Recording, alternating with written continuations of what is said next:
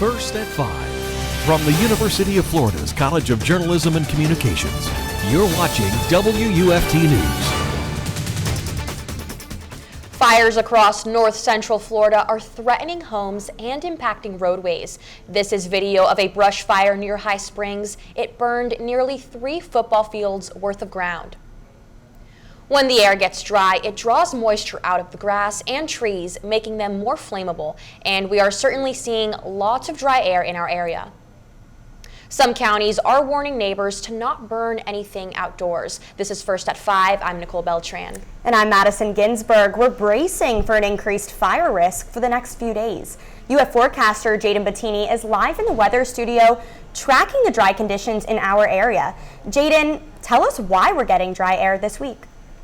As I'm sure you may have noticed, we really haven't had any rain in the past week or so, and we've just been getting high pressure after high pressure system that's keeping our skies clear, keeping that water out, and we really haven't been seeing any rain. Our soil is super dry, and we're monitoring a drought really across the entire southeast, and we could see clear over the east coast of Florida, but towards the west coast we're monitoring this drought, more extreme conditions towards southern Georgia and northern Florida, and it's just because we haven't got any rain. There's really no precipitable water in the atmosphere, so it's super dry out there. This also causes a risk for elevated fire danger. We can see humidity is super low across north central Florida right now, down to 30% in Gainesville, in the 20s just north of us, so we are monitoring this. Our wind gusts as well allow fire to spread quickly. So elevated fire danger in inland southeast Georgia and northern Suwannee Valley, experiencing that risk for fire, and it's due to the low humidity and breezy conditions, and we're advising everyone to avoid open flames. We'll continue talking about it later.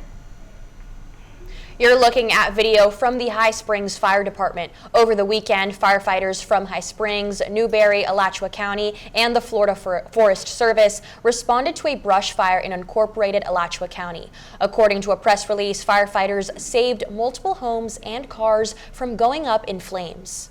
Citrus County is under a countywide burn ban for the second time this year.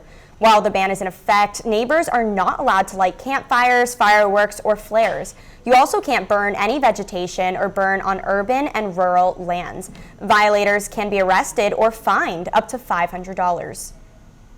This isn't to try to, infringe on anybody's ability to have a nice campfire. It's necessary in order to keep everybody collectively safe. While the ban is in effect, neighbors can still grill outdoors. The ban will be lifted once the drought index reads normal levels for at least 1 week. Citrus County Fire Rescue wants to remind you that even a small spark can lead to a dangerous wildfire. Ocala police are asking for your help finding a missing teen with autism. 18-year-old Marcus Dane Kramer was last seen near State Road 200 by the College of Central Florida's Ocala campus. He goes by Dane. He is 6 feet tall and weighs 145 pounds. If you see him, call 911. Protesters gathered at the state capitol to stop Florida's black bear hunt. 2 activist groups, Bear Defenders and the Ciara Club, sent buses full of protesters to Tallahassee, fighting to protect the black bear population. Back in August, the Florida Fish and Wildlife Commission approved a regulated black bear hunt, which will be Florida's first in a decade.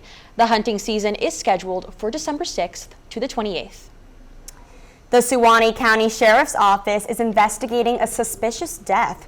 Over the weekend, deputies found a body next to a driveway near County Road 137 and 204th Street on Sunday. Right now, deputies believe foul play was involved. The Sheriff's Office is asking you to call Crime Stoppers if you have any information that could help their investigation. Marion County Sheriff's deputies arrested a Silver Springs teen in connection to a shooting Friday night. Because of his age, we will not be showing his face or name.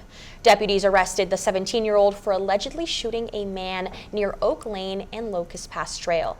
Deputies say the person the teen shot was able to identify him in a photo lineup.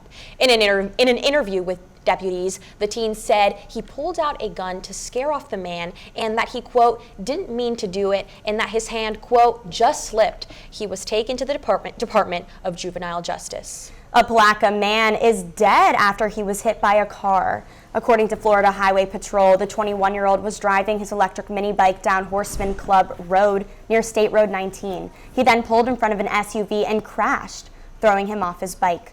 The man was not wearing a helmet. One Gainesville charity is giving the gift of a miracle this holiday season. WUFT's Carle visited the organization to get a glimpse into how it's helping kids get everything on their wish list. The holiday season is fast approaching, and most kids have one thing on their mind: toys. One Gainesville charity is making sure that children get the holiday season they deserve. We have angel trees to pick from also, if anybody would like to help an angel out. Most kids' favorite time of the year is the holiday season. However, not all holiday seasons look the same. Just ask Salvation Army store manager Kathy McMullen. I've been here going on 4 years. We started off the first year with 150 and we've gone up since then. As she walked around the store, she couldn't help but share why the tree is personal to her. I had a sister that has 5 kids. Her husband had taken sick, and we went and bought all kinds of Christmas gifts to make sure that when they got up Christmas morning, they didn't feel left out. So it's really hit home. Major Deborah Hull runs the angel tree with her husband. We cover a wide range of people just to make sure that all kids could have something under their tree for Christmas. Each child will get at least one gift from their wish list. I would like to see kids growing up to appreciate what they have and then turn around and do the same thing for other children. For Hull, the mission is simple, but the message shines bright. She grew up as one of the angels on the tree. If we didn't have the Salvation Army gifts under our tree, we would not have gifts under our tree. The Salvation Army's angel tree runs through mid-December. In Gainesville, Carle, WUFT News. Marion County is also helping families this holiday season with their Bring the Harvest Home donation drive. The county is collecting non-perishable foods and household goods throughout December. The donation drive helps local food pantries restock their shelves for the community's needs during the holiday season. For a list of drop-off locations, you can visit the WUFT app or our website at wuft.org. Gainesville hosted its 44th annual Downtown Festival and Art Show this weekend. Over 200 artists came from across the country to display their work, which included paintings, jewelry, ceramics, and more. During the festival, Mayor Harvey Ward presented a key to the city to local artist Jim Wilson. Wilson is a longtime Gainesville resident who focuses his art on wildlife. This award recognizes his positive impact on the community. Ahead on First at 5, local barbers are getting a new type of training. How Gainesville Fire Rescue is reshaping barbershops to help save lives. Stay with us.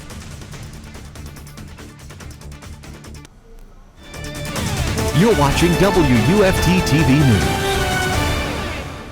A barbershop is a place where people go to unwind, relax, and leave feeling like a new person. Now it can also be a place to get your health checked. WUFT's Nicole Borman looked into how this new Gainesville initiative could save lives in our community, one haircut at a time.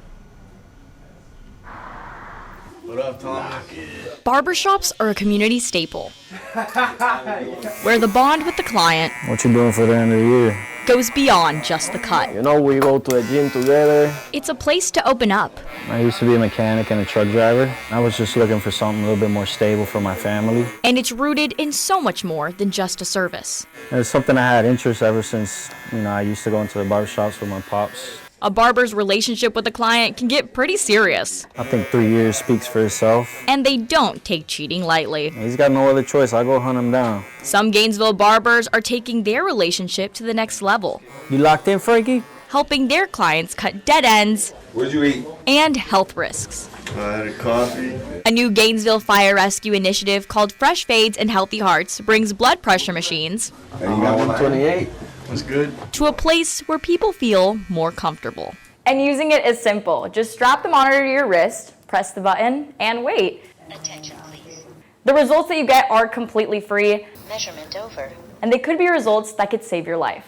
Results that GFR's Community Health Director Brandy Stone saw work in real time when training the barbers. We actually had a barber who had a high reading, and we had one of our paramedics come in and kind of check it out. The program was kind of working before the program really got implemented in the barber shops. Ozzy Torres owns a participating barber studio off Newberry Road. As soon as she told me about it, I was on board. Last year, he had 6 people pass out during haircuts at his studio. One was in his chair. When you're a barber, you're like, what's going on? Next thing you know, they're passing out and you gotta call the ambulance. Torres says this device could stop that from happening again. It's another, tool put in the bag that we use on a daily basis with our clients. The initiative sparked from American Heart Association data revealing 55% of Black Americans have high blood pressure.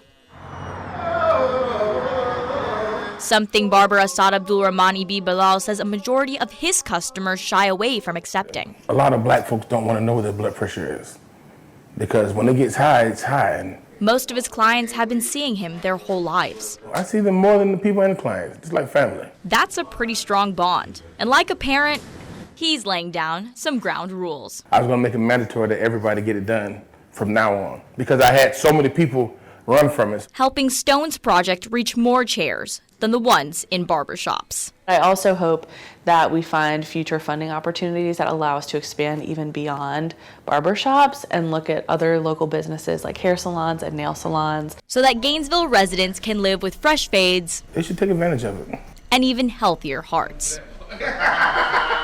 In Gainesville, Nicole Borman, WUFT News.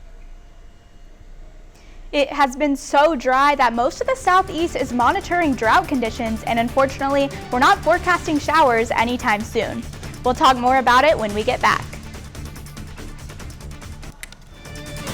You're watching WUFT-TV News. Newberry hosted one of its biggest festivals of the year to support local businesses. The annual Newberry Fall Festival brought together over 100 vendors over the weekend. The festival featured food trucks, live music, and family activities. This year, the festival brought in over 8,500 people.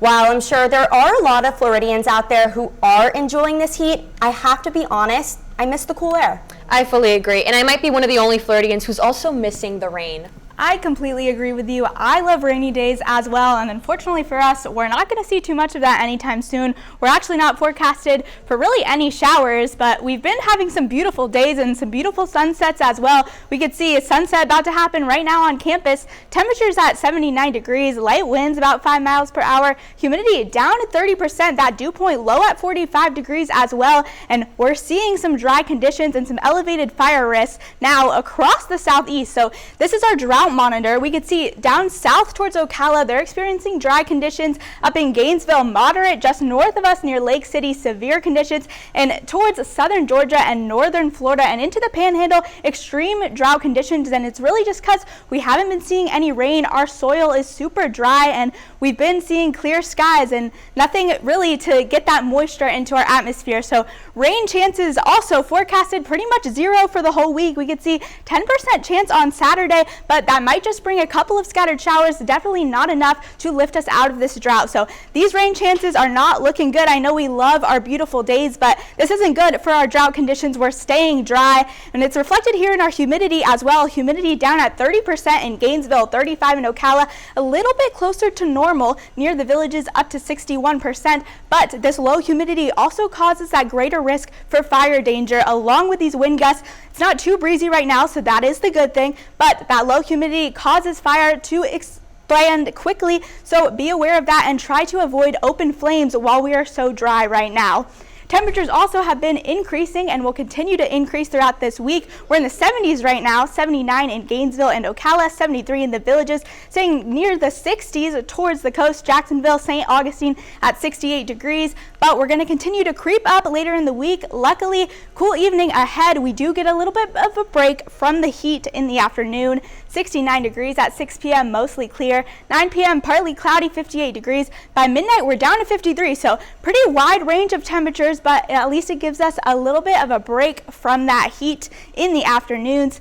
Lows and fog tomorrow morning, low of 49 in Gainesville, 50 in Ocala, 55 in the Villages. We also could see some patchy fog out there tomorrow morning and Wednesday morning with these winds only about 2 miles per hour. So once that fog goes in, there's nothing to push it out. So be aware of that on your morning commute. High temperatures tomorrow in the 80s, 81 in Gainesville and Ocala and the Villages, 78 a little bit more moderate towards the coast. And these highs are going to creep up a little bit each day. Tuesday up to 81 degrees, Wednesday up to 83, Thursday up to 84, staying mostly sunny. But remember that fog Tuesday morning and Wednesday morning is what we're expecting. We could see our high pressure that's keeping our skies clear right now is going to move off the coast. We're going to get a low pressure comes toward us, and this means normally we get some rain with low pressure, but there's just not enough precipitable water in the atmosphere to bring us some rain this week. So we're staying dry this week, expecting that fog Tuesday and Wednesday, highs in the 80s, lows in the 50s. Welcome to sports. I'm Macy Meis. We are in the most exciting part of high school football season, the playoffs. Round 1 did not disappoint in the Gainesville area, especially with Eastside taking on South Sumter. In a rematch of an overtime thriller, the Rams routed the Gators 42-15. Eastside sophomore running back Javaris Gardner put on a show for the home crowd. He had 165 yards and 2 touchdowns on the game. Gardner said he was thinking the same thing each time he got the ball. Play hard and physical. Don't let nobody stop me. That's my mindset. I ain't going down. Keep running. The Rams have a challenge coming up, playing 1 seed Bishop Moore. As round 2 continues this Friday, Eastside will also look for revenge since they lost to Bishop Moore last year. Looking at some other recent matchups, Buchholz, Vanguard, Williston, Bradford, and Dunellen all secured wins against their most recent opponents. In terms of matchups to come, Buchholz will face Nice, Vanguard will take on Jones, Williston will play Hawthorne, Bradford will battle against Berkeley Prep, and Dunellen will take on Andrew Jones. Friday night lights keep on shining, but the question is, who will shine the brightest? And some more coming up in sports. The reigning NCAA men's basketball national champions were sure to shine on the court last night. Gators men's basketball took the Hurricanes by storm. And over on the gridiron, speculation continues regarding the Florida football coaching situation. Another layer of drama took the field on Saturday. Stick with us to find out what these two coaches had to say when we return. You're watching WUFT-TV News. Welcome back to sports. The Hurricanes may have traveled to the Jacksonville court, but the Gators brought the thunder. The reigning men's basketball champions danced their way to an 82-68 win against Miami. The Gators had a season high in three-pointers, making 9 in the game. Speaking of threes, they also hit a season high in three-point percentage, shooting for 29% on the game. This means out of all the threes they've shot, this is the highest percentage of shots actually made. Florida has still not shot more than 30% from distance this season, but head coach Todd Golden said in a presser last week that this can fall into place as the Gators continue to find their rhythm. Miami Storm brewed coming into this game, being ranked second nationally in field goal percentage, but the Gators stayed calm in the eye of the Hurricane, holding Miami to 34% from the field, which is nearly half of the 66% they came into the game with. It was a fight to the finish at VyStar Veterans Memorial Arena, ending in an 82-68 Gator win. The Gators were sure to shine bright, looking to be the kings of the court in the Sunshine State. Next, the Gator boys return to the Swamp on Friday, while they'll face Merrimack in the O-Dome at 7 p.m. Our partners at WRUF.com released their latest polling question. What's your biggest concern for Gators men's basketball this season? 8% of voters say championship hangover, 31% say three-point shooting, 54% say backcourt play, and 8% say overall depth. The digital reporting team polls their audience each week, and you can make your voice heard on North Central Florida athletics, including Gators programs, on WRUF.com. Now over to the gridiron, where we're following some breaking news out of Mississippi. The New York Times is reporting Ole Miss leaders have given head coach Lane Kiffin an ultimatum when it comes to the fate of his future. They say Kiffin needs to decide what he plans to do by the time the Rebels play Mississippi State on November 28th. We've been telling you for weeks, Kiffin is at the top of the leaderboard for coaches to replace Billy Napier. But the 10-1 squad has something to play for as they are fighting for a spot in this year's college football playoffs. Kiffin has repeatedly said he's happy at Ole Miss, but dodged questions about a potential Gator job during Saturday's press conference after beating them 34-24. I love what we're doing here. Today was awesome, and I don't talk about that stuff. And really, to even talk about it right now would be so disrespectful to our players and how well they played today. We got a lot of things going here, doing really well, and I love it here. So. We'll continue to watch any developments with this breaking story and bring them right to you here at WUFT Sports. While Kiffin redirected the question, interim head coach Billy Gonzalez looks to redirect his team in this weekend's game against Tennessee. WUFT Sports' Lauren McGill went to media availability today for Gators football to bring you the latest. Lauren, I hear Gonzalez is not addressing the future of leadership for the program. Kiffin continues to let fans and media speculate the next stage of his career. Florida's interim head coach has made it clear that he's not paying attention to any of that outside noise. Instead, he's paying attention to Tennessee coming here this weekend. After nearly a month away from home, Gonzalez said that the energy and atmosphere of a night game here in the Swamp is going to be just what this team needs for this SEC matchup. The atmosphere in the middle of the fourth quarter, it's going to be pretty cool again. You get a night game, so I think that's something that I know our players look forward to, the excitement in the fans and the energy that they bring. So our players will play off that as well, too. And if history repeats itself, the Gators will bring the competition to this rivalry, especially since Tennessee won't be back here again until 2029, since they are no longer one of Florida's permanent SEC rivals. But the Gators have not lost to the Vols in the Swamp since 2003, a streak they plan on keeping for good. Live from Ben Hill Griffin Stadium, I'm Lauren McGill, WFT Sports. Thanks, Lauren, for taking that away. Football was not the only Gator program to travel to Oxford these past few days. Gators volleyball also took a trip to Mississippi, but unlike football, they secured a win against the Rebels. The Gators rounded out their regular SEC season with their SEC schedule with a 4-set win against Ole Miss. This game set the tone for the postseason and also spiked the momentum for their placement in the SEC tournament. Florida earned the number 5 seed, receiving a first-round bye. The Gators will face the winner of Match 2, featuring number 12 Alabama and number 13 South Carolina. They'll take the court in Savannah on Saturday. And before we go, Gator Swim and Dive travels to Athens tomorrow. The number 4 men's team and number 5 women's team will dive into the 4-day Georgia Fall Invitational. That's all for sports. Stay tuned for one final check with the weather after the break. Our nice fall feeling has left us and we're back to Florida heat, but not as humid as usual. We're staying dry, expecting some fog in the morning Tuesday and Wednesday, those highs in the 80s and lows in the 50s. Thank you, Jadyn, and thanks for joining us. We're back here tomorrow for another edition of First at 5. Have a great night.